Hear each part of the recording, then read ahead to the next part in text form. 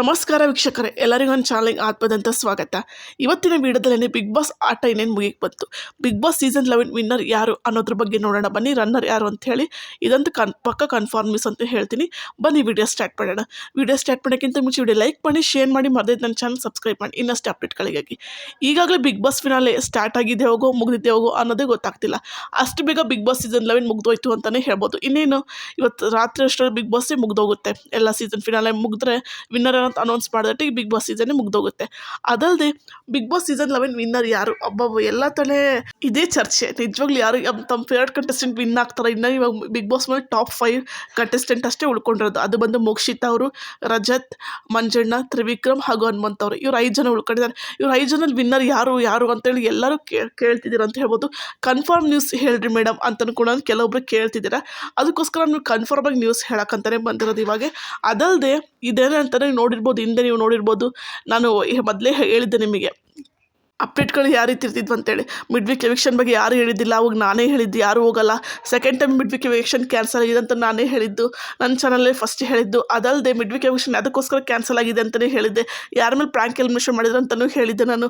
ಅದಲ್ಲದೆ ಕಿಚ್ಚನ್ ಚಪ್ಪಾಳೆ ಫಸ್ಟ್ ಸಿಕ್ತಲ್ವ, ಕಿಚ್ಚನ್ ಚಪ್ಪಾಳೆ ರದ್ದು ಮಾಡಿದರು. ಆಮೇಲೆ ಯಾರು ರದ್ದಾದ್ಮೇಲೆ ಯಾರಿಗೆ ಸಿಕ್ತು ಅಂತ ನನ್ನ ಚಾನಲ್ ಫಸ್ಟ್ ಅಪ್ಡೇಟ್ ಮಾಡಿದ್ದು ನಾನು.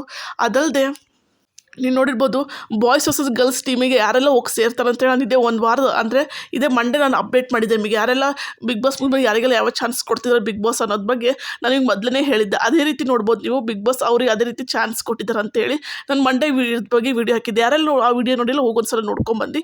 ಬಾಯ್ಸ್ ವರ್ಸಸ್ ಗರ್ಲ್ಸ್ ಅಂತ ಬಿಗ್ ಬಾಸ್ ನಂತರ ಕಲರ್ಸ್ ಕನ್ನಡ ವಾಹಿನಿಯಿಂದ ಬಿಗ್ ಅಪ್ಡೇಟ್ ಅಂತಲೇ ಕೊಟ್ಟಿದ್ದೆ. ಅವರಿಗೆ ಇದು ಸಿಕ್ಕಿದೆ ಅಂತಲೇ, ಅವ್ರಿಗೆ ತುಂಬಾ ಚಾನ್ಸ್ ಸಿಕ್ಕಿದೆ ಅಂತ ಹೇಳ್ಬೋದು ಅಂತ ಹೇಳಿ ಆಗ ಒಂದು ವಿಡಿಯೋ ಮಾಡಿ ಹಾಕಿದ್ದೆ. ಅದರಲ್ಲಿ ಯಾರ್ಯಾರು ಯಾವ್ಯಾವ್ದ್ರಲ್ಲಿ ಇದು ಮಾಡಿದ್ರೆ ನನಗೆ ಹಂಗೆ ಹೇಳಿದೆ, ಇವಾಗ ಹಂಗೆ ಆಗಿದೆ ಅಂತ ಹೇಳ್ಬೋದು.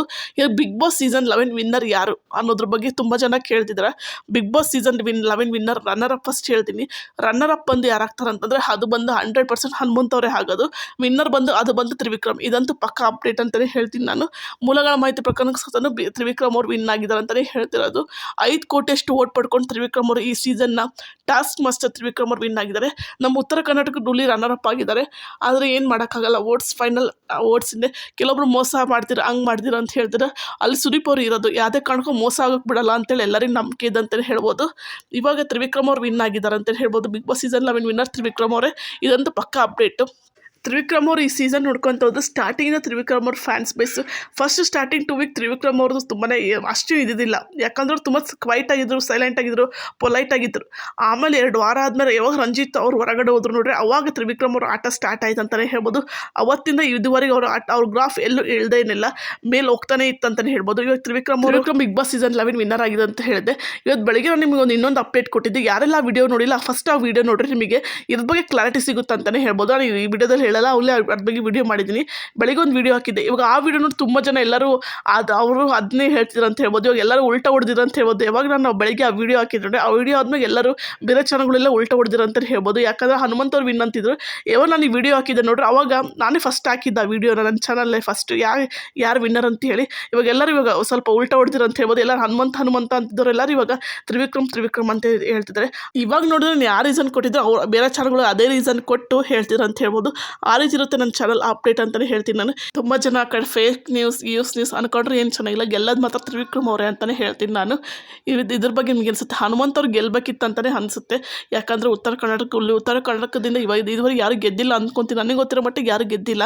ಹನುಮಂತ್ ಅವ್ರು ಗೆದ್ದು ನನಗೂ ಖುಷಿ ಆಗ್ತಿತ್ತು. ಯಾಕಂದರೆ ನಾನು ಉತ್ತರ ಕರ್ನಾಟಕದ ಹುಡುಗಿನೇ ಅಂತ ಹೇಳೋಕೆ ಇಷ್ಟಪಡ್ತೀನಿ. ಆದರೆ ತ್ರಿವಿಕ್ರಮ್ ಅವ್ರು ಗೆದ್ದಿರೋದು ಖುಷಿನೇ ಇದೆ. ಹನುಮಂತ್ ಅವ್ರು ಗೆದ್ದರೂ ಖುಷಿ ಆಗ್ತಿತ್ತು. ಯಾರು ಗೆದ್ದರೂ ಖುಷಿ. ಡಿಸರ್ವಿಂಗ್ ಕಂಟೆಸ್ಟೆಂಟ್ ವಿನ್ ಆಗಬೇಕಿತ್ತು ಅಂತ ಹೇಳ್ತೀನಿ. ಸುದೀಪ್ ಅವ್ರು ಇದ್ರೆ ಅಂದರೆ ಅಲ್ಲಿ ಮೋಸ ಆಗೋಕ್ಕೆ ಚಾನ್ಸ್ ಇಲ್ಲ ಅಂತ ಹೇಳೋಕೆ ಇಷ್ಟಪಡ್ತೀನಿ. ಅದಲ್ಲದೆ ತ್ರಿವಿಕ್ರಮ್ ಅವ್ರು ಗೆದ್ದಿದ್ದ ಬಗ್ಗೆ ನಿಮಗೆ ಅನಿಸುತ್ತೆ ಅಂತ ಕಮೆಂಟ್ ಮಾಡಿ. ನಿಮಗೆ ಯಾರು ಗೆಲ್ಲಬೇಕಿತ್ತು ಅನ್ನೋದು ಕಮೆಂಟ್ ಮಾಡಿ. ವಿಡಿಯೋ ಲೈಕ್ ಮಾಡಿ, ಶೇರ್ ಮಾಡಿ, ಮರದೇ ಚಾನಲ್ ಸಬ್ಸ್ಕ್ರೈಬ್ ಮಾಡಿ ಇನ್ನಷ್ಟು ಅಪ್ಡೇಟ್ಗಳಿಗಾಗಿ. ಬಾಯ್.